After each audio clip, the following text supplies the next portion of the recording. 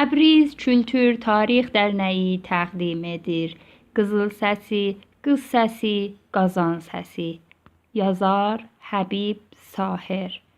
Naşir İntişarat Nuxbeqan. Birinci hekayə Axund Zivərin məktəbi. Hələ ağzımdan su tiyi gəlirdi. Bir bahar günü bacım Surə ilə Sərdaba üstündə Axund Zivərin məktəbinə getdik. O, mallabacı idi, Qur'an oxudardı. Məktəb dediyin ti çərpiddən qayrılmış quzey və nifrət gətirici bir daxmaydı. Xırdaca Leyli Məcnunlar yan-yana oturub, qızlar alabula saçların üzlərinə dağıdıb, oğlanlar isə zəncirəli, əlvan, börklü başların eşşəklər kimi o tərəfə, bu tərəfə sallayıb, əlif, zebrə, B deyə səs-səsə vermişdilər. Yadımdaydı, mən bədəvi ərəb balası tək ayaqyalın, baş açıq idim. Əynimdə yalnız bir qat uzun ağ köynək var idi. Surə isə güllü çadrasına bürünmüş, qara saçların üzünə tökmüş idi. Günorta çağı evə döndük. Anam soruşdu, "Dey görüm Həbib balam, Axund sənə nə öyrətdi?" H cirdə, təh cirdə, əyn çaxmağı məddi razi. Dedi, "Bərəkallah balam, mallı olacaqsan." Xalam isə üzünü turşadıb dedi, "Ədə utanmaz, adam da baş açıq, göt açıq Axund Zivərin evinə gedər. Qızlardan utanmadın heç?" İkinci gün başımda zəncirəli börk, ayağımda giyvə şalvarlı köynəkli olaraq məktəbə getdim.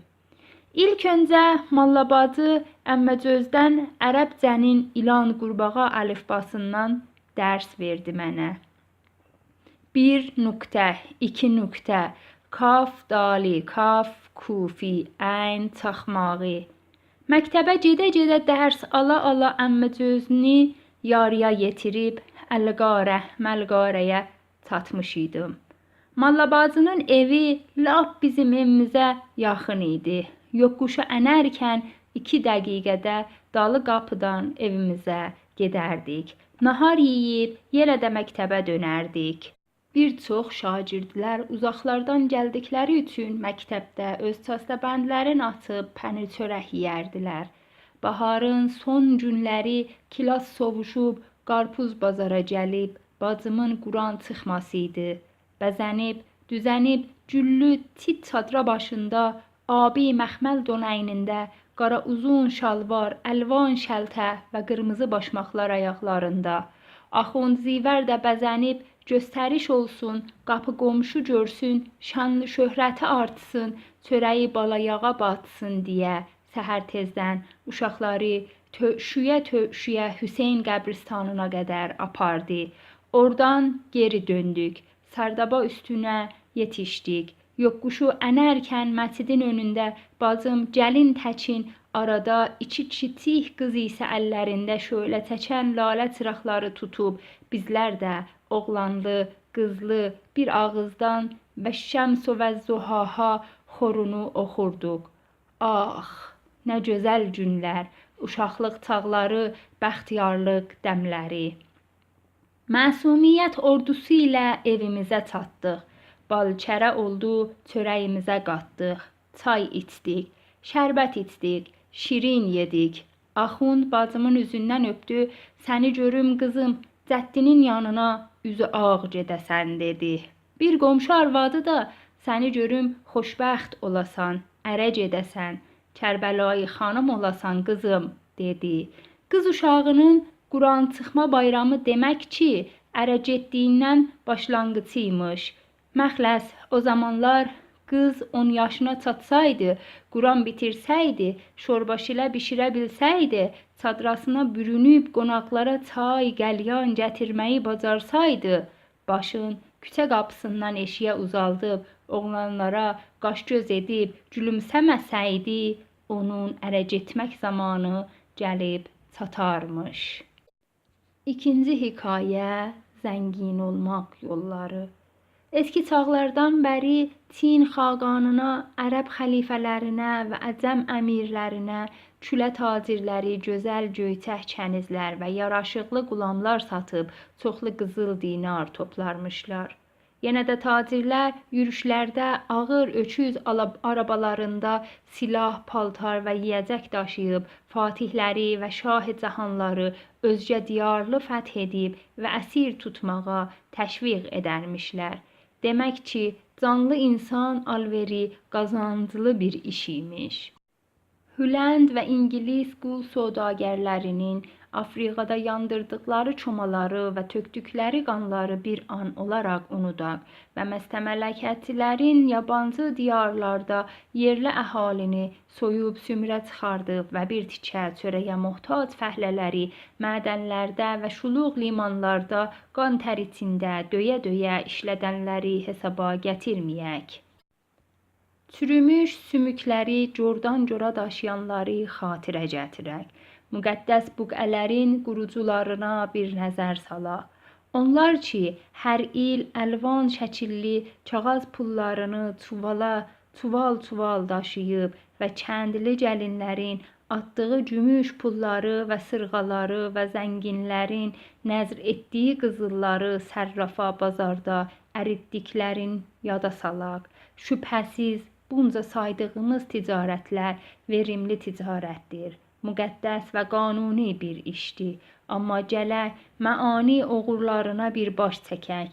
Dünyada səssiz, susuz, köçən amma lampa işığında xoruzu banlarkən yazıb pozan şairlərin, gözəl əsərlərin özünün ki tək kitab halına gətirib və ağır qiymətə satanları yad edək. Beləncə ticarət şübhəsiz bütün ticarətlərdən dərdisərsizdir. Üçüncü hikayə murada çatmaq yolları. Sasani şahi 2. Xosrovun bir ev dolusu gərəşin sarışın və gözəl zovcələri və sürü göyçək kənizləri ola Bizansdan dönərkən baldan şirin, aydan parlaq, Şirin adlı bir erməni qızını da İrana soğat gətirmişdi. Şirin xatın günlərin bir günündə çeşmə suyunda yuyunub, İpək qədifəyə bürünüb, bir qaya üstündə oturub, saçların dararkən yoldan keçən məşhur Hoccar Fərhad susamış dərəyə əmmiş və erməni qızın görər-görməz bir könüldən deyil, min könül ilə ona vurulmuşdur. Bir daş kəsənin hişmətli sultanın sevgilisinə vurulması şuxluq deyil, ürəyini sırrın kimsəyə açarsa ölümə gedər. Açmazsa həsrət ilə ölər. Bir qarı nənəyə dərdin deyir. Amandı, zamandı, Şirinə aşiqəm bir çarə et qarı nənə. Qarı nənə Fərhadın peyğamını Şirinə yetirər. Şirin gülümsəyib deyir ki, dur get Fərhada de ki, dağı yarsın. O biri dərədə axan çeşmə suyunu mənim bağıma bağlasın. Sonra görək nə olur? Kuhkən Fərhad dağı yarar, çeşmənin suların sevgilinin bağına rəvan edər. Bağda gül açar, bülbüllər oxur, lakin Şirin aşiqinə üz verməz və o da cana gəlib özünü öldürər. Tanrının son elçisi, yaşlı başlı bir kişi 10 yaşında bir gərəşin ərəb qızın ənkəh demək əfsuni ilə cərdəçinə aparar. Heç də axmaqcasına özünü öldürməz. Bir zaman da Qeys adlı öz məktəb yoldaşı olan incə və əsmər Leylaya vurulur. Qız zəngin kimsənin qızı, Qeys isə yoxsul bir oğlan imiş. Qızı ona verməzlər. Qeys də öz başına ənkəh deməyə cürət etməz. Axı o zavallı nə tanrı elçisi imiş və nə də bir üləma. Qeys hecran oduna yanar, özünü daşdan daşa çalar, çöllərə düşər, günəşdən yanıb qovrular, məcnun olar, vəhşi heyvanlar ilə ons tutar. Ərlik qızlar məcnunu görərkən ah çəkərlər. Qara arvadlar, yazıq qara günlü cavan bir ləvəndin xatirinə özünü nə günə salıb, deyə başların tovlarlar. Xeymələrində bir neçə zocə bəsləyənlər isə əhməq adam, Ərəblər ellərində gözəl qız qəhd imiş, gedib bir qərəşin qıza vurulub deyərlər. Uşaqlar da Məcnunu bulaq başında görəndə daşa basarlar. Məcnun nəhayət ölər və cəsədi çürüyüb torpağa qarışar. Ərəb şairləri ona qəsidələr yazarlar. Nizamilər və Füzuli də Məcnuna qoşma qoşub onun eşq dastanın bütün aləmə bildirirlər. Bu günə qədər dünyada bir çox şairlər hicran oduna yanıb və məşuqənin vəsalına çatmayıblar. Həsrət ilə bu dünyadan köçüb getmişlər. Adları da batmış. Məcnun Qeysin adı hələ də yaddan çıxmamışdır. Qərəz bizim zamanımızda yenə də zənginlər purpara zoruna ənkəhd əfsuni ilə öz muradlarına çatarlar və bir para quldurlar da sevgilini gecə yarısı atın tərkinə mindirib qaçırdarlar. Yalnız bugünkü zavallı şairlər nə öz başlarına ənkəhd demə həqqləri vardır, nə də pulları. Onlar da gecələr çıraq yandırıb öz xiyali məşuqlərinə qəzəl yazarlar. 4-cü hekayə ayın çıxması. Dənizdə suların ufuqlarla birləşdiyi yerdən parıltılar gözə çarpar. Bir an sonra ay tulu edər. Sularda ehtiraz görünür və sahillərdə isə dərin bir sükut hökm sürür. Ay ucalar, ucaldıqca fəzadan sular üzrə incilər yağar. İncilər isə bir kəhkeşan vücuda gətirərlər. Meşələrdən ay doğarkən yapraqlar xışıltıları qulağa çatar. Ay tutqun pərdəni yırtar və özünü göstərər. Qaranlıqlar, işıqlar bir-birinə qarışıb xiyaləngiz şəkillər vücuda gəlir. Bu anda bayquşun səsi gecənin sükutunu yırtar və itlərin uğultusu eşidilir. Məzarlıqlarda xaraba tufarların ardından ay tozlu bir çıraq kimi parıldar. Tozlu və susuz ağaclar da bir titrəyiş ehsas olunur. Bir para kölgələr şəbəhlər kimi yeriməyə başlarlar. Sanki döyüşlərdə zənginlər uğrunda ölüm şərbəti içənlər yaxud zindanlarda boğulanlar torpaq pərdəsini yırtıb ayağa qalxıb şəhərə doğru yeriməyə başlarlar. Dostlaqlar ayın doğuşunu görməzlər.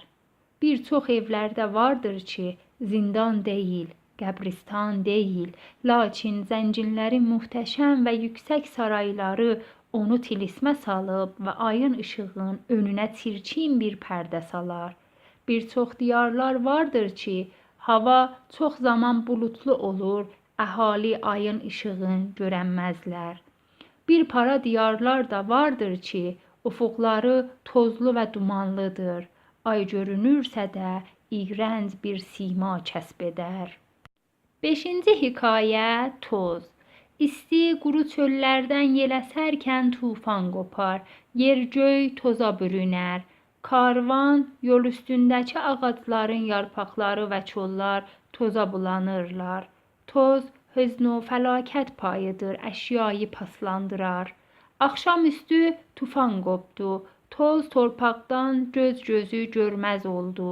Xışıldayan çinar ağacları altında xiyabanda fəhlələr həsir üsrər oturub şam yeyirdilər. Toz onların üz-gözünü, süfrələrin, qab-qaşıqları və yataqlarını bürümüşdü. Bir gün yayın isti bir günündə məktəb yoldaşları ilə Təbrizdə qoyun meydanından keçərkən fəci bir səhnə gördüm.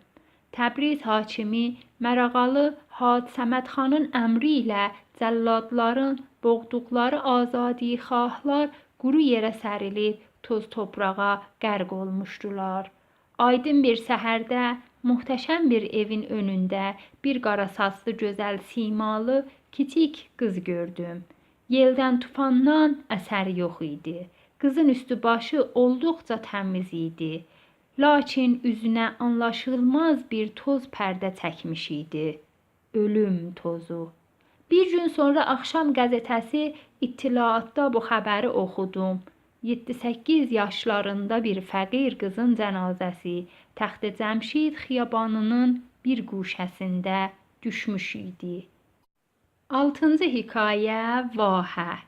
Bəzən işsiz və quru çöllər ortasında suyun səthə çıxdığı yerlərdə məbzul və göy nəbatat ilə zümrədin bir cənnətə bənzəyən vahələrə rast gəlilir.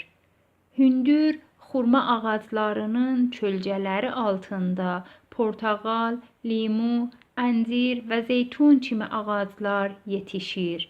Meşəliklərlə məhsur bağlı bağçalı ölkələrdə yaşayanlar nəzərinə bəlkə də bir vahənin o qədər də cilvəsi olmaz. Lakin otsuz və susuz çöllərdə günlərcə yol gedən qatırlar mənzərində bir çeşməli kölgəli vahə Qur'anda vəsfi keçən cənnət-i mövud sayılır. Hər bir vahə eski və naqqışlı bir kitabdır. Leyla ilə Məcnunun söyüşməsini dəvələrin suvararkən qanlı döyüşlər icad edən bədəviləri bir cabir səltənətin qurulması və bir tanrı elçisinin göydən ilham almasını bizlərə bəyan edər. Vahələrdə yaşayanlar çöllərdə çadır quranlara nisbət bəxtiyar insanlar sayılırlar. Vahənin qırmızı günəşi ilə əsmərləşən qızlar ərəb şairlərinə ilham verər. Ərəb şeirini dərin və füsunkar mənasını ancaq vahələrdə bir neçə gün qonaq olanlar anlaya bilərlər. 7-ci hekayə Qurbanlıq və Qurban. Torata görə Tanrının elçisi İbrahim bir gün öz sevgili oğlunu yeri göyə yaradanın xatirinə qurban vermək istər. Lakin mehriban Tanrı bu işə dözəməmiş bir ipək qanadlı mələklə boynuzlu bir qoç göndərər. Heyvanı öldür, oğlanı burax demişdir. Bir çox əsrlər bu hadisədən öncə Nil çayı aşıb daşsın, Fironların xurmalıqları və bağçaları susuzluqdan yanmasın, tarlalarda buğdalar sümbüllənsin, pambıqlar qoza bağlasın deyə Həbəşistan dağlarının qarları əriyəndə, sular coşanda bir incə qərəşin və gözəl əkinçi qızın gəlin kimi bəzəndirib çaya atarmışlar. Ağ dəniz sahillərində yaşayan tacir finiqilər isə dərya fırtınalı olmasın, gəmilər batmasın, qurusanlar gəmilərə basqın etməsin deyə bir körpəciyi Tanrı yolunda yandırarmışlar. Eski Amazonlarda bir gözəl qızı çaya atarmışlar ki, selsu daxmaları süpürüb aparmasın, ilanlar insan utmasın, kahinlərə, hakimlərə göz dəyməsin. Yenə də eski zamanlardan bəri sodagər və botpərəst ərəblər Məkkədə qoyun qurban kəsərmişlər ki, ticarət bazarı güllənsin, qafilələr yol kəsənlərə rast gəlməsin. Orta əsrdə son elçi Kəbə ziyarətçilərinə dəstur verdi ki, bir qoyun Allah yolunda qurban etsinlər. Ona görə bugünkü gündə Məkkəyə gedən ziyarətçilər həcc mərasimini qurtarıb bir qoyun qurban kəsərlər və hacı olub öz yurdlarına dönərlər. Əlbət, hacıya Allah balam deyib, bu dünyada muradına çatar. O biri dünyada bağlı bağçalı bir sarayda gözəl qızlar ilə gecələr gərdək otağına girər, gündüz də Kövsər şərabından içər. Buraya qədər zənn edirəm ki, qurbanlıq hikmətini anlada bildim. Lakin bircə müəmma da var. Nə üçün vəzir şaha nökər ağasına qurban deyə yaltaqlanarmış? Gözdən iraq, gözdən iraq. Məgər bir əhşami kimsəyi də qurban etmək olurmu? O da kimin yolunda? Şairlərimizə gəlincə, o zalim oğlanları Tanrı yolunda deyil, yalnız qələm qaşqara gözlü qızlar üçün vəzirlərin qurban etmək istərlər. Amma Allaha şükür, qızlar o yalançıların sözünə inanmazlar və gülərlər. Bir son sözüm də var. Tutaq ki, doğrudan da bir qafiyə pərdaz ölümcül şair bir dilbərin ayaqlarına düşüb və sənə qurban olsun bu canım deyərsə və o dilbər də inanıb şairin boynuna bir ip salıb sürütləyə-sürütləyə qoyun meydanına aparıb başın it başı kimi kəsərsə, onda nə olurmuş? Çox bir şey. O zaman yeni dünyalılar o gülünc və xariquladə səhnədən bir real film çəkib ilk olaraq Hollywoodda və sonra da dünyanın dörd bucağında sinemalarda məxluqa göstərərlər və bollu pul qazanarlar. 8-ci hekayə Ayna. Sadə bir camın bir üzünü civə ilə suva salar. Parlaq bir şey vücuda gəlir ki, ona ayna deyərlər. Gözəllər aynaya baxarkən gözlərin süzdürüb, qaşların əyib öz cəmallarına heyran qalırlar. Ayna da özünə təmaşa qılan yaraşıqlı və gözəl qızların üzü gülər. Gözləri gülər, yanaqları və dodaqları güllənər. Hər cins insan ki cəmaldan biraz payı olursa, ayna onu sevindirər, ümid verər. Lakin vay o günə ki, genç adam qocala, ayna ona düşman kəsilər. Qocalar aynadan ülkərlər. Aynanın dərinliyində gözəl mənzərələr, xoş simalar görülməzsə, o cansız və parlaq şeyin faydası nədir? 9-cu hekayə Forton. Forton eski Yunan əsatirinə görə səadət və sirvət ilahəsidir. O bir qadındır, yarı çılpaq və gözəl bir yaranmış. Onun gözlərin ipək bir parça ilə bağlarmışlar. O bir təkər üzrə havada gəzər və gəlişi gözəl yer üzünə zənginlik və bəxtiyarlıq nisar edər. Günlərin bir günündə Forton yer üzünə servət və cəlal dağıdarkən xanın tirkin və hünərsiz arvadı Sitarə ətləsi ətəyin açar. Göydən yağan zənginlik və xanımlıq ona nəsib olar. Lakin xanın genc və göyçək kənizi Rəna isə servət və bəxtiyarlıq yağarkən taxıl ənbarinin damında dərin yuxuya getmiş idi. Ona görə də xanımlıqdan və səadətdən bir şey ona çatmaz. Şübhəsiz bu kör dünyada xanım yaranmış, kəniz isə kəniz. Bu qədərin dəyişilməz bir qanunu imiş. Sitarə xatın səhərlər ancaq gün yayılarkən isti və ətləs yataqdan qalxar. Pəncərədən içəriyə tökülən günəşin işıqların aynalarda və divarlarda seyr edər və baharın sərin nəsimi onun qarmaqarışıq saçlarını oxşardı.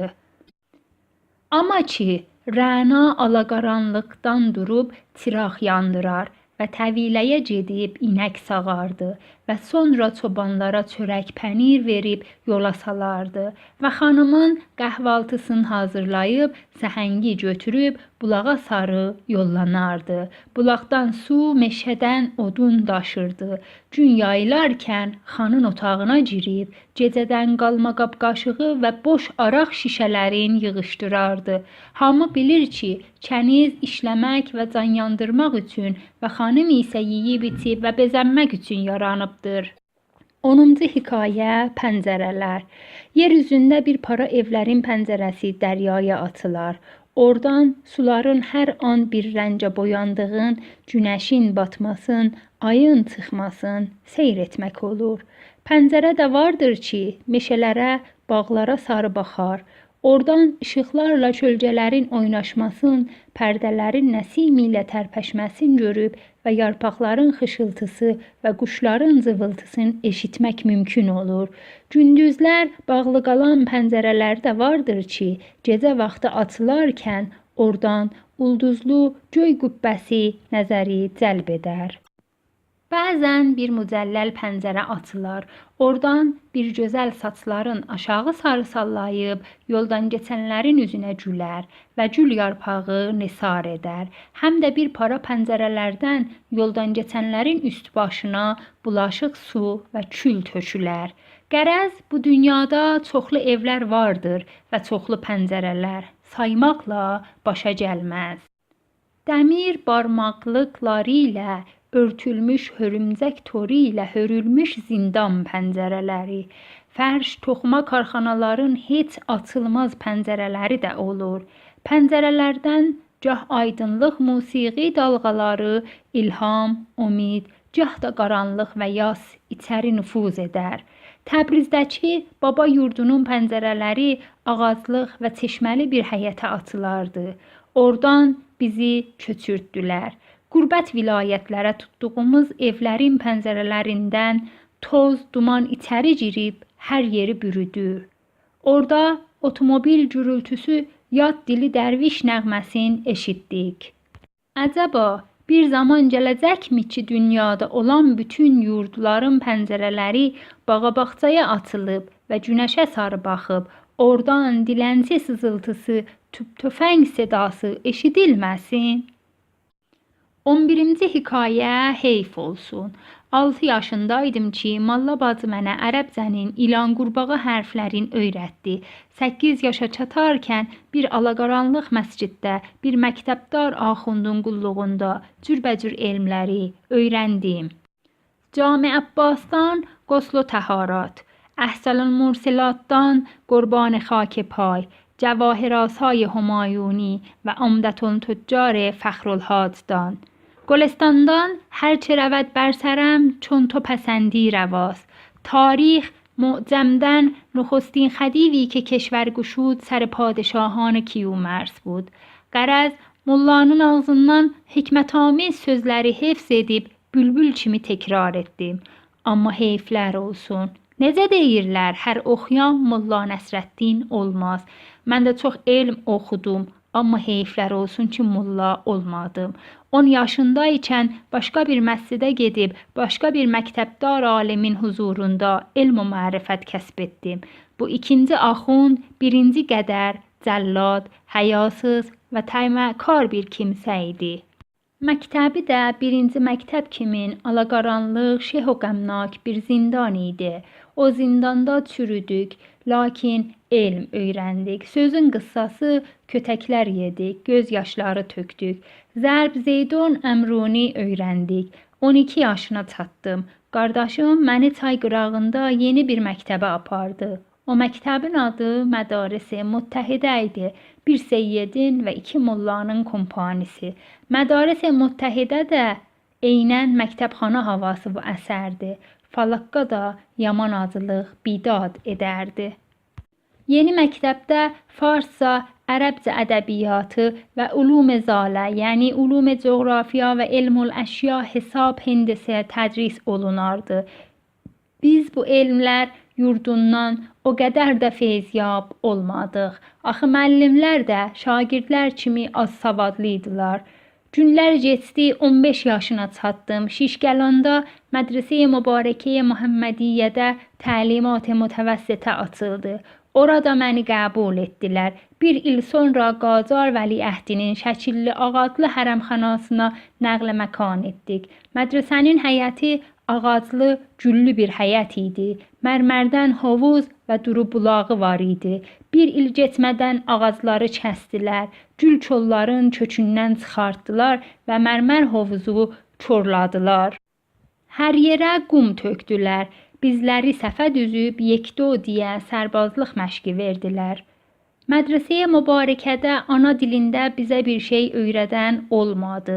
Rus dilində dərs alarkən Tehrandan dəstur gəldi ki, fransız dilin oxutdular. Günlər ardıca gəlib sovuşdu. Məktəbdən məzun olduq. İşsiz, pulsuz, avara gənclər sırasına qatıldıq. 12-ci hekayə bayraqlar. Mavi göydə durmadan günəşin ətrafında fırlanan səyyarəmiz bu günə qədər çoxlu bayraqların ucalıb və düşməsini görübdür və adam oğladı da eski zamanlardan bəri qanlı döyüşlərdə, yürüşlərdə bayraq ardıca yürüyübdür. Deyirlər ki, İran şahı Zəhhakin çiyinlərində bir cüt qansoran ilan peyda olur.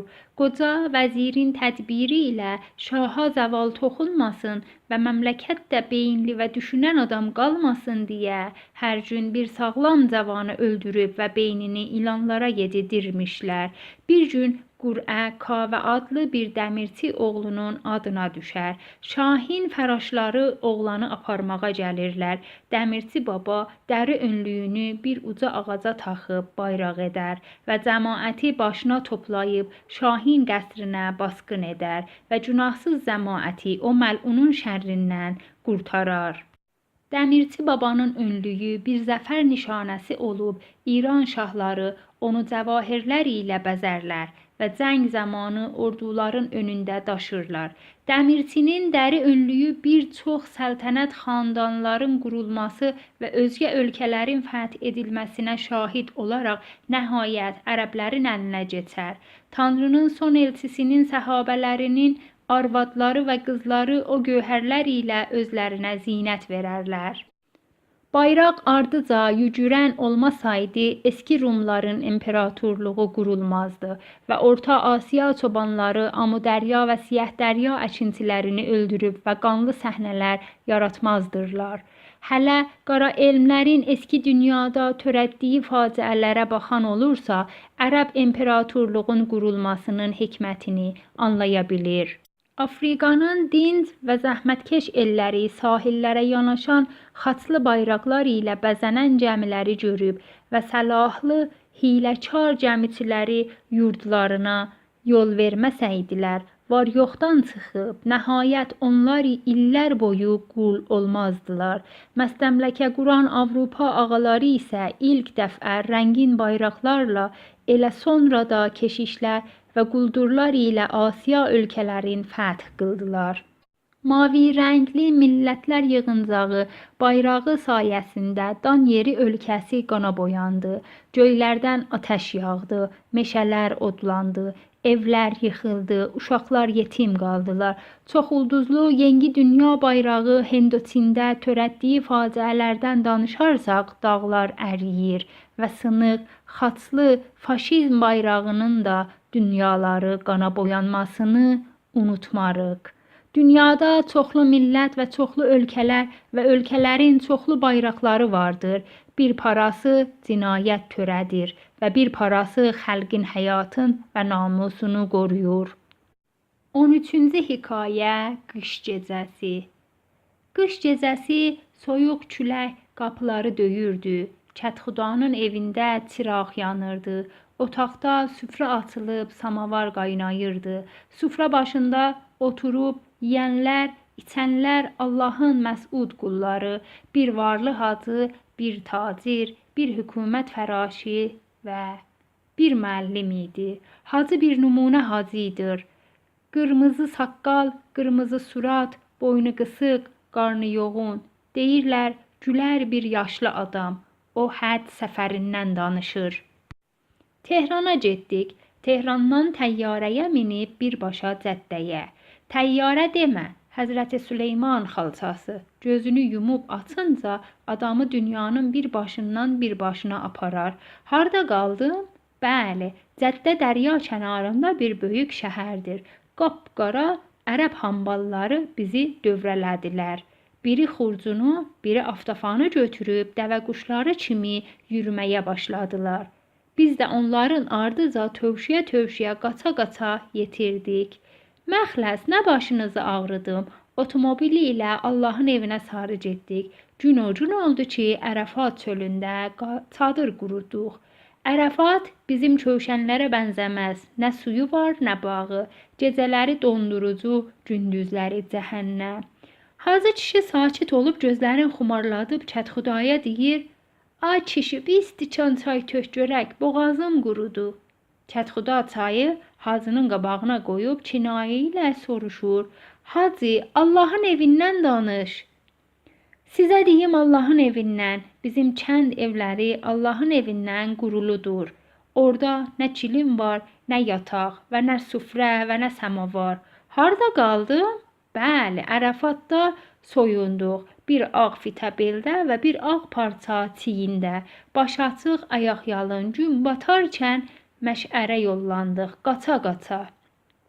Kətxuda soruşur: "Ay kişi, nə məhşər? Məcər qiyamət qopmuşdu?" "Yox canım, yox canım, məhşər deyil. Məşər. Orada bir çöldür." Hacı sözünə davam verir. Ərafatdan çığıra-çığıra, salavat çəkə-çəkə məşərə çatdıq. Məşərdə o gecə soyuqdan çaqqı düzəltdik. Qumlar üstə yorğansız yatdıq. Sabahsı gün çıxmadan minaya sarı yollanıb ətəklərimizi xırda daşlar ilə doldurduq. Yol üstündəki şeytanı daşa bastıq. Qonaqlar hamısı bir səslə Allah şeytana lənət eləsin. Kətxuda gülüb deyir: "Hacı, demək ki, Allahın evində bizim kənd kimi şeytan var imiş?" "Bəs nə, hər yerdə şeytan bala doğar." Tacir deyir: "Hacı, tərif elə."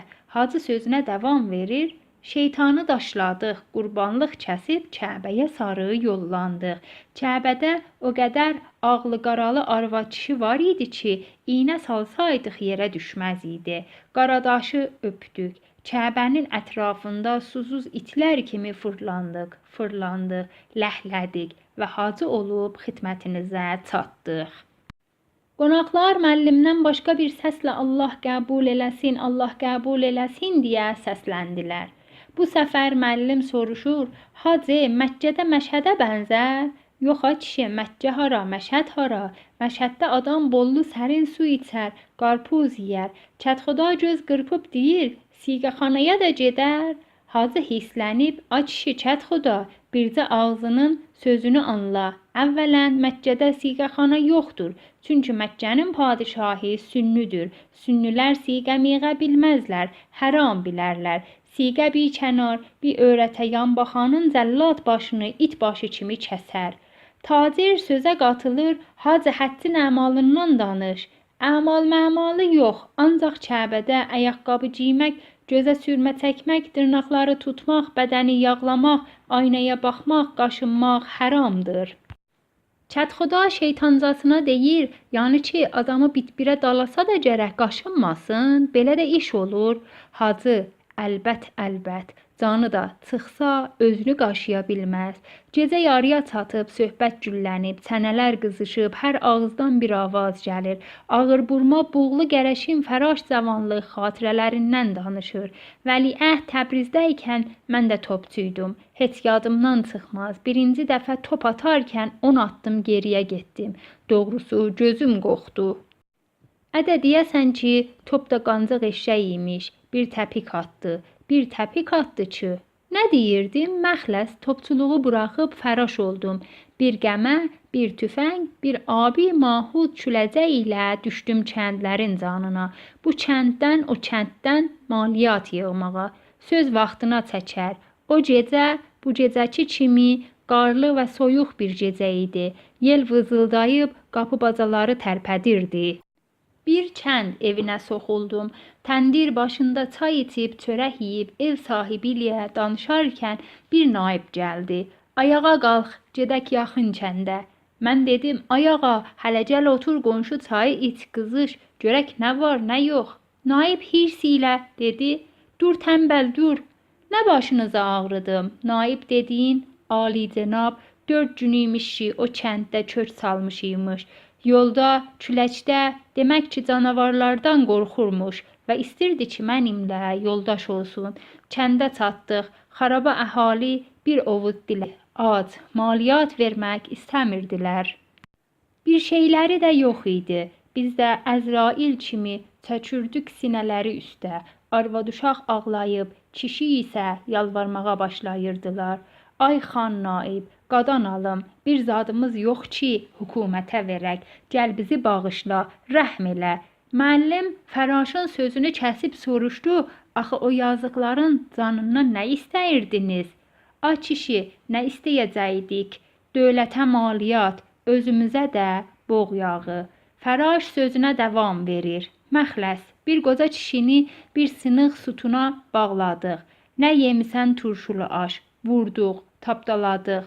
Bir neçə batman taxıl, bir neçə cüt toyuq, xoruz alıb kətdən çıxarkən qurda rast gəldik. Xan naib güllə atdı. Amma dəymədi. Tazadan kəndə döndük və gecəni səhərə çatdırıb və səhər şəhrə getdik. Üçüncü qonaq molla ölümcül bir adam, uzun saqqallı, amma üz gözündən nur yağır. O deyir, Allah ölənlərinizə rəhmət eləsin. Rəhmətlik atamla 10 yaşında ikən Məşhəd-i Müqəddəsə ziyarətə getdik. Sonra da 40 yaşında müşərrəf oldum. Sarvadar ilə yola düşdük. Allaha şükür ki, quldurlara rast gəlmədik. Uzaqdan Həzrətin qızıl günbəzi göründü. Sələvat səsi ərşə ucaldı. Məşhəddə bir karvansarada otaq tutduq. Sabahısı hamama girib qusl elədik və hərəmə yollandıq. Gümüşlü qapıları öpdük. Ətrafında fırlandıq, namaz qıldıq. Kətxuda, sonra gecə də siğəxanaya baş vurduq. Molla gülür, açəb layıq, yaxşı dedin, ağzını öpüm. Axı ay kişi, malla da gecə arvadsız yatarmı? Hamı gülüşür. Müəllim, danış Molla əmi, danış. Molla əmi sözünə davam verir. İkinci gün yenə də hərəmə getdik. Namaz qılıb ziyarətnamə oxuduq. Zərihin ətrafında fırlandıq. Məni tər bastı. Gedib ərəblərin arasında bağdaş qurub oturdum. Sonra ayağa qalxıb gedərkən pullarım yadıma düşdü. Əl atdım, sağ cibimə pul yox, sol cibimə pul yox. Əlimi soxdum tumanımın arasına, pul yox. Vay dədə, deyib 2.50 vurdum başıma. Qara arvadlar döyrəmi alıb dərdimə yandılar. Cavan arvadlar məni bir-birlərinə göstərib gülüşdülər. Bu ara bir uzun saqqallı nurani alim mənə yanaşdı. Niyə ağlayırsan dedi türkü dilində. Qadan alım ağa, niyə ağlamayım? Axı evim yıxıldı, qürbət vilayətdə pulsuz qaldım. Necə yaşayım dedim. Alim güldü, qalx gedək dedi. Məni sürütləyə özü ilə aparıb qulağıma pıçıldadı. Haydi malla kişi, çıx mənbərə, mərsiyə oxu mənim yerimə. Bir peyğəmbərkən möminlərə mərsiyə oxu və məsələdir. Mənim Qoçanda malım milkim var. Bağın hasili xərmənlərimin taxılı tökülüb qalıbdır. Gərək gedib baş çəkəm. Allah səni mənə yetirdi. Öpüşdük və ayrıldıq. Allaha şükür, qərib İmam Rıza demək qəribləri yaddan çıxartmazmış. Mənbərə çıxdım, bir ağız mərsiyə oxudum. Ağlatdım cəmaəti. Səsim də gür və xoş idi. Axı hələ o qədər qocalmamışdım ki.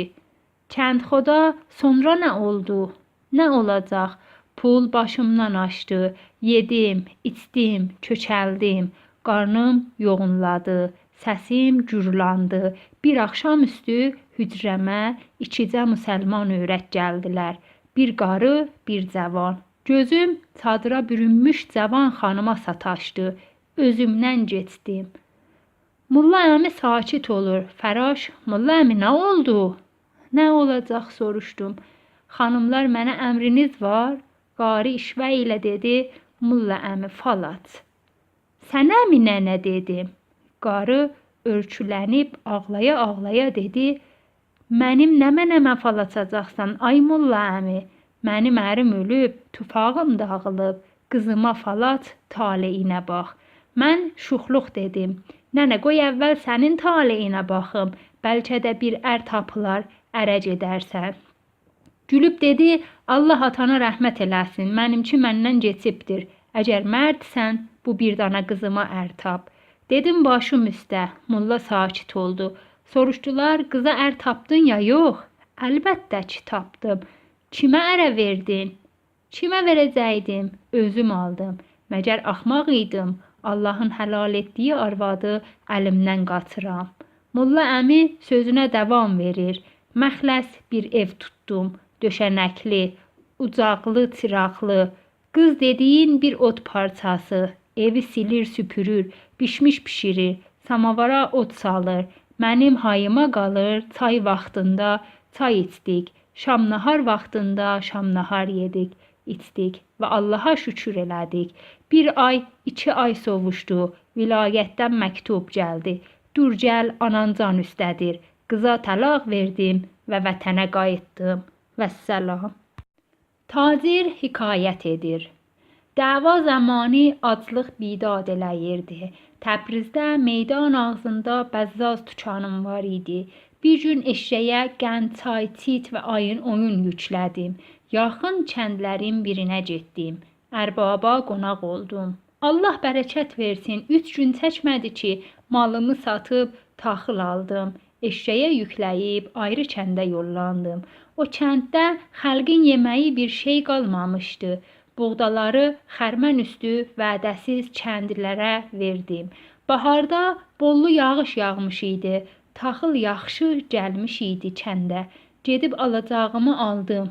Orada yurd saldım. Ərbaba borc verdim. Ərbab isə vədəsində ödəyə bilmədiyi bağına, milkinə sahib oldum. Bir qız aldım. Günü-gündən dövlətim, izzətim artdı. Mən də oldum bir ərbab. Ticarəti də buraxmadım. Müəllimdən başqa hamı bir ağızla Allaha şükür, Allaha şükür dedilər. Mulla isə Allah izzət-ü cəlalın artsın, amin ya Rəbbəl aləmin deyib dua etdi. Tacirin sözü sona çatdı. Hamı onun tum qara saqqalına, mahut börkünə, təmiz əyin başına, yoğun qarnına həsrət ilə baxıb dərindən ah çəkirlər. O zaman müəllimə üz çevirib deyirlər ki, qardaş, sən də başına gəlib keçənlərdən bir danış görək, niyə sakit oturmusan? Müəllim gülümsəyib dedi, sizə nə deyim ağalar, dərdimi dağa desəm dağ əriyər. Şəhərdə müəllim idim, qovulmuşam, abadlıqları gəzib iş axtarıram. Sərgüzəştim çox uzundur, gecə də yarıdan keçib, hamı yorğundur. Qalsın, sabah inşallah xidmətinizə ərz edərəm. Sabah oldu, hamı yataqdan qalxdı, müəllim əkilmiş idi. 14-cü hekayə 3 yolçu. Dağı, daşı, çölləri, bütün hər yeri qar tutub. Hava boranlıdır. Qatar şərqə sarı yollanır. Sanki tutqunluq qəm yerə köçübdür. Pəncərədən eşiyə baxıram. Gözlərim şair gözüdür. Gözəllik axtarır. Dünyanı gözəl və rəngin görməyə çalışır. Düşünürəm, dumanlı ufuqdan qızıl günəş doğur. Qarlar əriyir, bulaqlar birləşib çay olur. Çay aşıb daşır. Bağlar, bostanlar cümlənir. Selin yolun tutan olursa, evləri yıxmaz. Vaqonda 3 nəfərik. Bir muğanlı arvad, bir sufiyan kəndlisi və bir də mən. Arvad yaşmaqlı, qaragöz və qarasaçlı orta yaşda sağlam bir insan. Lakin üz-gözündən qəm yağır. O, dağarcığından quru çörək çıxardıb, buyurun siz də yeyin deyir. Ondan bir şey soruşmadan danışır. Gözü yaman görməsin. Yağmadı, bitmədi. Qırılan qırıldı, köçən köçdü. Bir sürüdən yalnız bir toxlu qaldı. Biz də köçdük kəndlərə. Dağıldıq abadlıqların qırağında, alaçıq qurduq. Çünki kənd ərbabları bizi kəndin içinə buraxmadılar. Hələ də kəndlərdə aclıq bidad eləyirdi. O yazıqların da bir şeyi yoxdu, qonağa da versinlər. Gecə soyuqdan quruduq, gündüz gündən qovrulduq. 3 yaşındakı qızım 3 gün sonra aclıqdan öldü. Hay inan kəndin qırağında bastırdıq, Ərdəbilə getdik. Ərim bir neçə gün şəhərdə avara sərgərdan iş dalınca gəzdi. İş hardaydı? Tehrana gedənlər qoşulub getdi. Mən də onun surağına gedirəm. Eşitdim ki, Osuf abaddır, nə zəhrimardı. Orada fəhləlik eləyir. Sufiyanlı, qəmli arvada baxıb dedi, ərini hardan tapacaqsan bacı? Tehran kəndistan deyil ki, adam itirdiyin tapsın. Arvad gözlərin qısıb, sən qüssə eləmə taparam inşallah dedi. Arvad kəndili ilə dərdləşir. Səsini eşidirəm, amma anlamıram. Pəncərədən alaqaranlığa qərq olan yollara baxıb fikrə gedirəm. Bizim yerlərdə çayların suyu hələ azalıb qurumaz. qızıl torpaqlar layiqincə suvarılırsa, əkin yaxşı gəlir. Hələ də yer alması çuğunduru da becərmək olur. Qatar bir xaraba kənd qırağından çığır-çığıra ödüb getir. Düşünürəm, bizim şəhərdə həm də bir çox kəndlərdə bağ-bağat çoxdur. Hər cürə meyvə ələ gələr. Ərbablıq olmasaydı, xalq yerdən bitənlə yaşardı. Ac qalmazdı, köçməzdi. Heç kəs qürbət suyu içməzdi. Sofiyanlı kəndli üzünü pəncərəyə tərəf döndərib öz-özünə mırıldanır. Əzizim qara gözlər, baxırıq hara gözlər. Gözlərim gözəl yarın, hər axşam yolun gözlər. Sufiyanlının yanıq səsindən gözlərim yaşa dolur. Muğanlı arvad isə yaylığı ilə gözlərin silir. Biraz sonra Sufiyanlıdan soruşur, hə demək, sən də dərdliymişsən. Sufiyanlı dilə gəlir, bacı, hərənin bir dərdi var, dərdsiz adam dünyada tapılmaz. Evim yıxıldı, tufağım dağıldı, malım, bağım varaydı, kimsənin qapısına dilənçiliyə getməzdik. Oğlan sərbazlıqdan qaçdı, var yoxdan çıxdıq. Ərbaba borclu düşdük, bağımızı gerova çıxdı, talandıq, ac qaldıq. Arvad uşağı kətdə buraxıb, mən də sənin ərin kimi iş axtarmağa gedirəm Tehrana. Gecə yarıya çatıb, lokomotiv uğulduya-uğulduya mənzil kəsir. Eşikdə qar boran. Tozlu lampalardan vaqonlara hüzünlü və tutqun işıq yayılır. Muğanlı arvad üzün mənə sarı çevirib, qardaş, sən də bir danış görək haralısan, hara belə gedirsən? Fikr eləyirəm, nə deyim görəsən, başa düşsün. Desəm mollayam, inanmaz, sarığım yox, əbam yox. Desəm falçıyam, fala baxdırar. Desəm həkiməm, dava dərman dilər. Heyran qalıb dilucu deyirəm, çərçiyəm bacı, çərçi. Tehrana ayın oyun almağa gedirəm. Arvad ah çəkir. Hə, elə də bizim kəndə. Bir çərçi gəldi, eşyəyi yüklü, qənd, çay, çit, ayna, nə desən? Xərmən üstü alacağını aldı. Allah çərçiliyə bərəkət versin. Şəhərə qayıtmadı. Bir il çəkmədi ki, maldavar sahibi oldu. Arvad aldı. 3 il çəkmədi ki, bağ aldı. Ərbabla şərik oldu. Çünki ərbab var yoxunu qumara utuzmuşdu. Sufiyanlı sözə qarışır, Allah bərəkət versin tacirliyə. Alaçıqlarda yaşayanların başına çoxlu bəlalar gəlir. Kənddə oturanın da bir gün çuması başına uçar. 15-ci hekayə dil yarası. Aybək cilaz, gərəşin bir oğlan idi. Qıvrım qara saçları, parlaq gözləri, qalın dodaqları var idi. Aybək hələ 2 yaşında idi. Hənhünü anlayırdı ki, bir gün qonşunun arvadı Zinət qucağında körpəsi günəşli evə girərkən bir an bulud kimi işığı boğdu. Aybəki görərkən gözlərin fırlatdı, başın tərpətdi. Hoşt, hoşt deyə uşağı dindirdi və sonra Aybəkin anasına tərəf dönüb dedi, ay qız Sara bəyim, bax nə deyirəm. Aybək qara olmasaydı sonanı ona verərdim. Sara bəyim bir Aybəkə baxdı, bir də qonşu arvadına dedi ki, bacı, ağın adı olur, qaranın dadı. Sən qızını mənim oğluma vermə. Özgəsi ki verər, bir də mənə bax xanım. Oğlum hənhunu anlayır ha, dil yarası vurma. Sonanın badamgüllü rəngi çehrəsin, xurmalı saçların, işvəli baxışların görürkən Shakespeare'in vəsf etdiyi gözəl Desdemona insanın xatırına gəlir. Gərəşin Aybəkin bir gün o qıza vurulması müqəddər olursaydı, əcəba, 2-ci Otello dastanını kimlər yazardı? Həm də körpə Aybək Sonanın anasının demiş olduqların o gün başa düşməsəydi, dil yarası sağalmazdı. Sona boy atıb qızlar bulağından su içərkən Aybək də cavan bir oğlan olmuş idi. Əgərçi Leyli Məcnun devri keçmişdi və 2-ci Şah Abbas da qızlar ilə oğlanların bir məktəbdə dərs oxumaların qadağan etdiyi zamandan da 200 il geçmişdi. Yenə də heç bir müsəlman məktəbxanasında qız ilə oğlan bir yerdə dərs oxuyamazdılar. Buna görə də Sonanı bir arvad məktəbinə qoydular və Aybək də oğlanlar mədrəsəsinə getdi. Mədrəsədə o günlər şər'iyyat və ədəbiyyat sırasında coğrafiyadan da dərs verilirdi. Coğrafiyada yazılmış idi, ağərəqdan olanlar dünyanın ən nəcib və ən istedadlı insanları və qaralar isə hüşsüz və istedadsız adamlar olurlar. Bu sözləri müəllim kitabdan oxurkən klasda olan bütün uşaqlar Aybəkə sarı baxıb gülüşdülər. Bu da bir başqa dil yarası idi ki, Aybəkin ürəyinə işlədi. Axşam çağı Aybək anasından soruşdu: "Ana, məktəb yoldaşlarım məni ələ salırlar.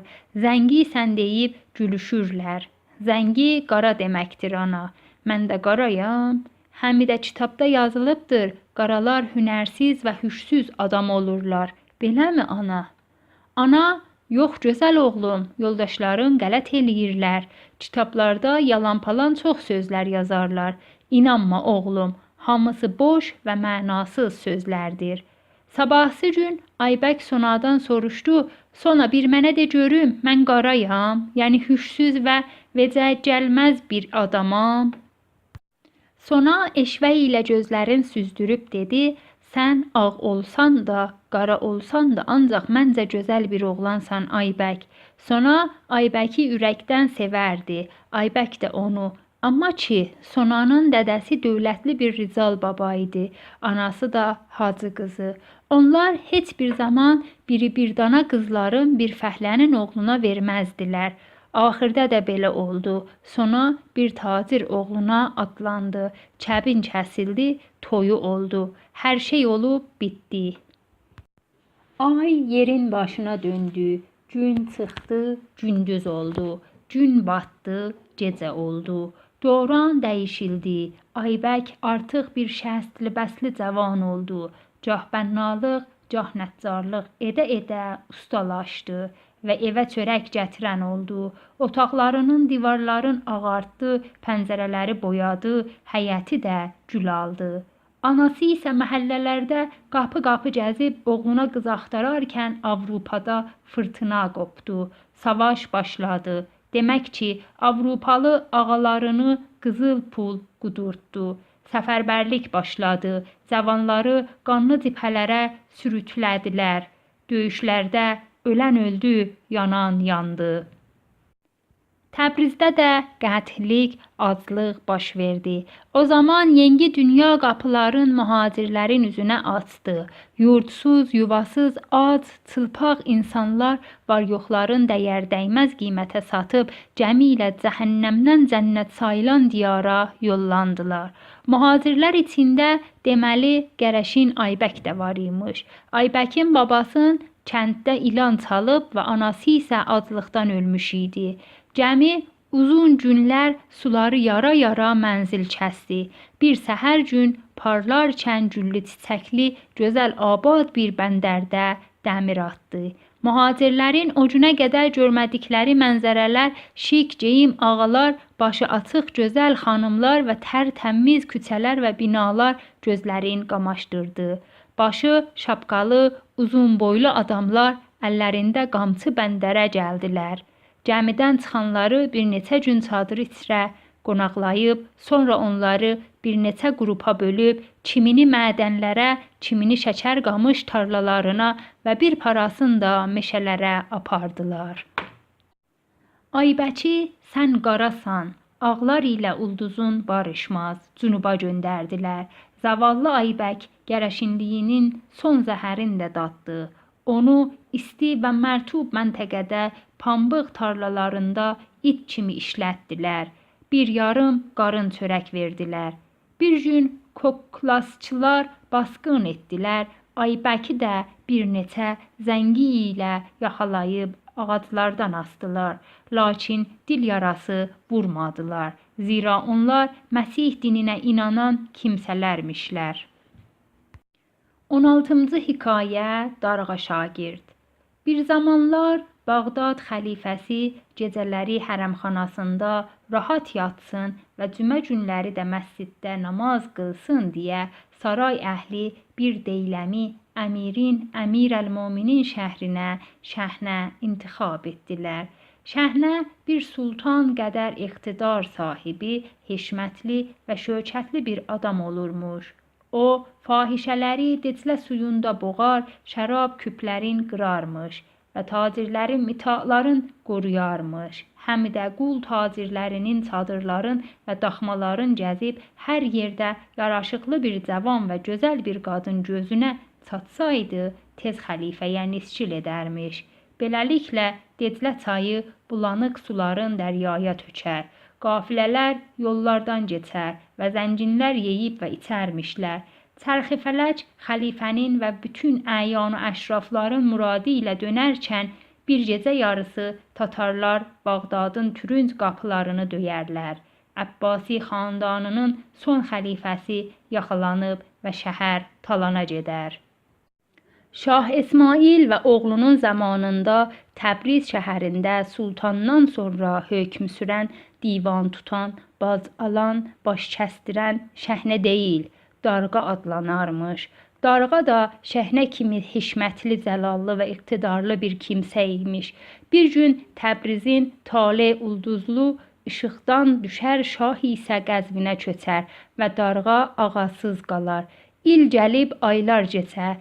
Darğa arıqlar və adamları hər biri bir diyara dağılar.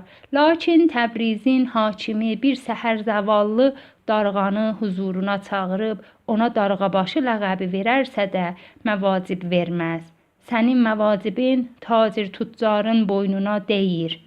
Darğabaşı hər yerdə ac, çıplaq, avara və yetim oğlan uşağı görürsə, özünə ordu deyə dəmdəstgah qurar və yeni fəraşlarına Darğaşagird unvanı bəxş edər. Darğaşagirdlər yırtıq paltarla, ayaqyalın, gündüzlər rastabazardan tutub əmir bazarına qədər yollanıb dükan sahiblərindən pul dilərmişlər. Yayın isti gecələri bazarların damında yatar, itlər hürəndə ayıq ol ha deyə səs salardılar. Qış gecələri itlərlə qucaq-qucağa yatardılar. Səhərlər hamamların tulambarından isti kül gətirib qızışardılar. Bu vecəhə ilə Darğanın və Darğaşagirdlərin sayəsində tacirin mal-mitağına əl vuran olmaz idi. Darğa və Darğaşagird adı Təbrizlilərin dilində və o diyarın ədəbiyyatında başqa-başqa mənaları vardır. Yalnız yetim, ac və avara oğlan uşaqları deyil, hər araq içən, bıçaq çəkən, xalqın arvadına və uşağına söz atan cavanlara Darğaşagird deyərlər. İstər hacı oğlu olsun, istər xan balası, yenə də Təbrizdə 4 yolların ayrımında durub mədrəsə qızlarına sataşanlara, fars dilində aşiqanə şeirlər oxuyana, sinemalarda Brigitte Bardoni yarı çıplaq görüb və hura çəkənlərə, yarı gecə yoldan keçərkən qıraylı çəkənlərə və Ermənistanda meyxanalardan çıxıb o divar sənin, bu divar mənim deyənlərə də Darğaşagird deyərlər. 17-ci hekayə Qızıl səsi. Babamın Hacı Qəfur adlı, yoğun, yumru saqqallı və qaşları boyalı bir həmsayası və dostu var idi. O çox damaqlı və xoş söhbət bir adam idi. Hər zaman bizə qonaq gəlirkən anam samavara od salardı və qonağın qabağına rəngin süfrə açardı. Şam vaxtı anam mətbəxdə şam çəkərkən qazan səsi qonağın qulağına çatar-çatmaz qahqah ilə gülüb və deyərdi: "Seyyid, bilirsən dünyada kişini cavan saxlayan şeylər nədir?" "Yox, sən de." 3 şey qazan səsi, qızıl səsi və qız səsidir. Əlbəttə, hörmətli qonşumuzun dünya görüşü və həyat fəlsəfəsi doğru deyildi. O, sanki daş əsrinin insanıdır və yeni dünyanın vəzindən xəbəri yox idi. O, yalnız qazan səsi, qızıl səsi və qız səsini ab-i həyat sanarmış.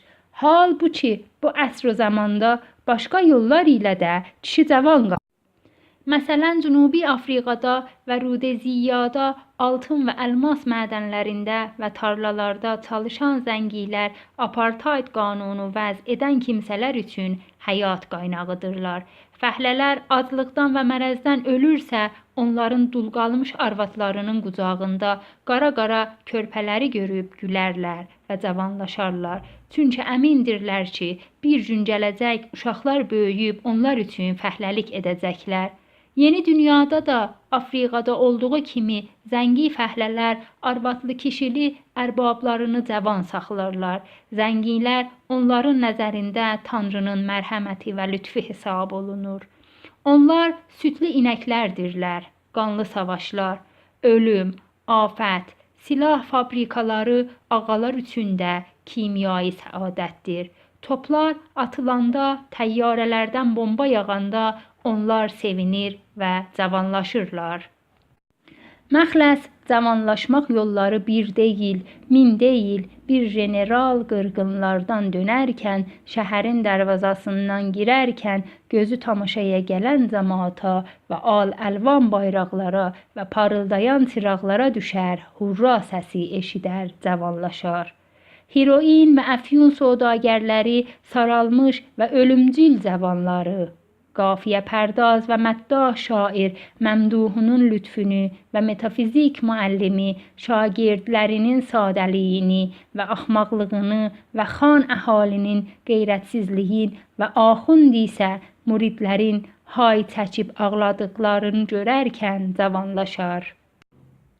18-ci hekayə Boz İlan.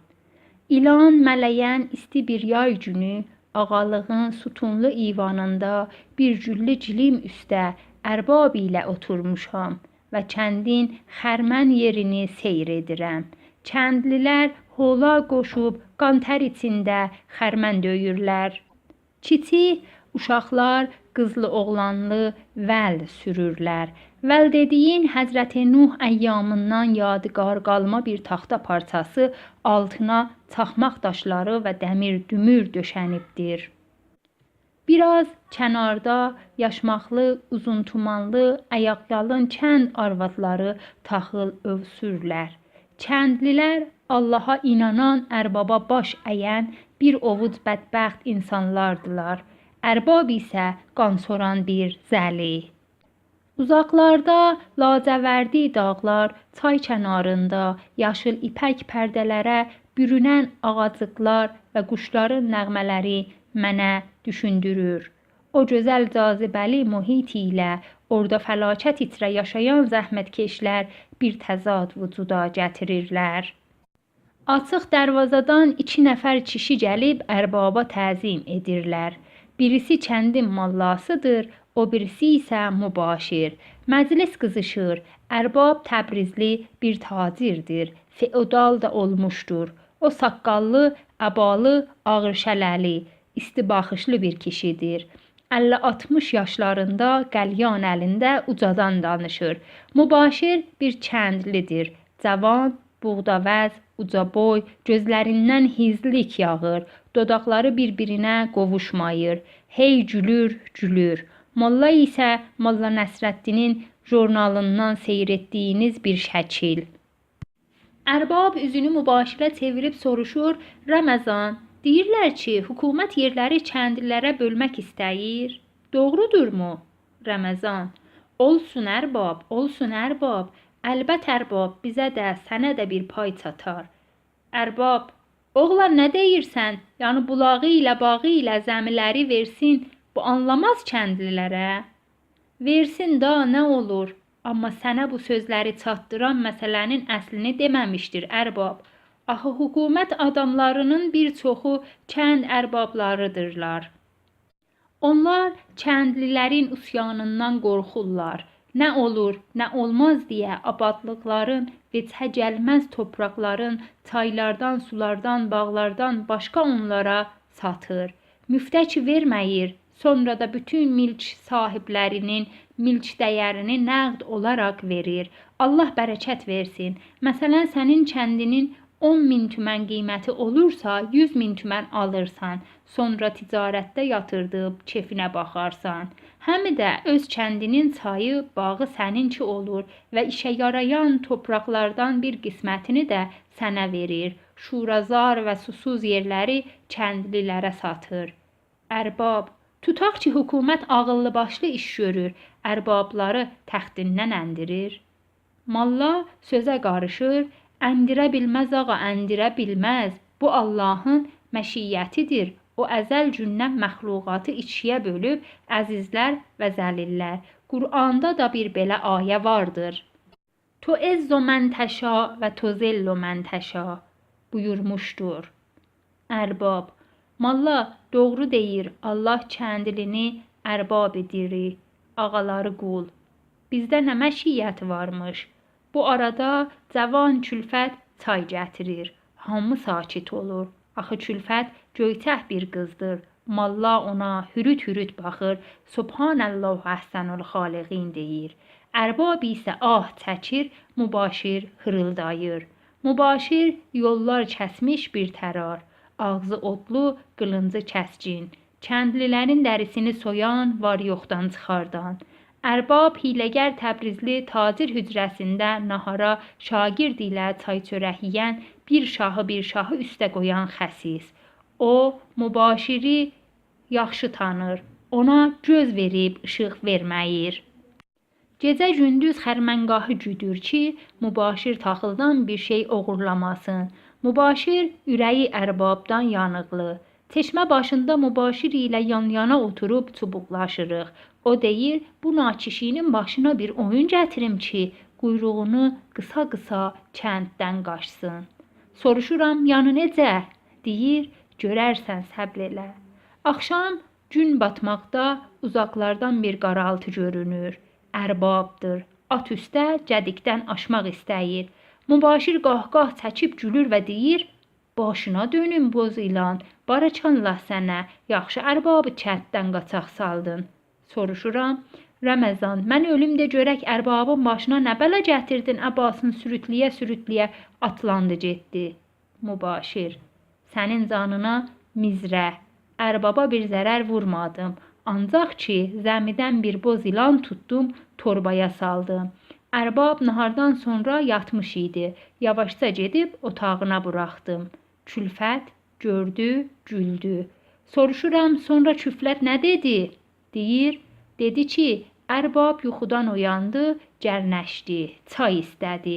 Mən çay gətirdim. Gördüm ki, ilan başını yorğanın arasından çıxardıb mənə zil-zil baxır. Amma ki, ərbab görmürdü. Mən qışqırdım, ərbab həras oldu. Gözü ilana düşər-düşməz ayağa qalxdı, tələsik əbasını çiyninə salıb tövləyə sarı getdi. Atı yəhərlədi. Mənə dedi, ay qız, Rəməzana decinən özünə xərmən götürsün. Mənim həqqimi də Təbrizə göndərsin.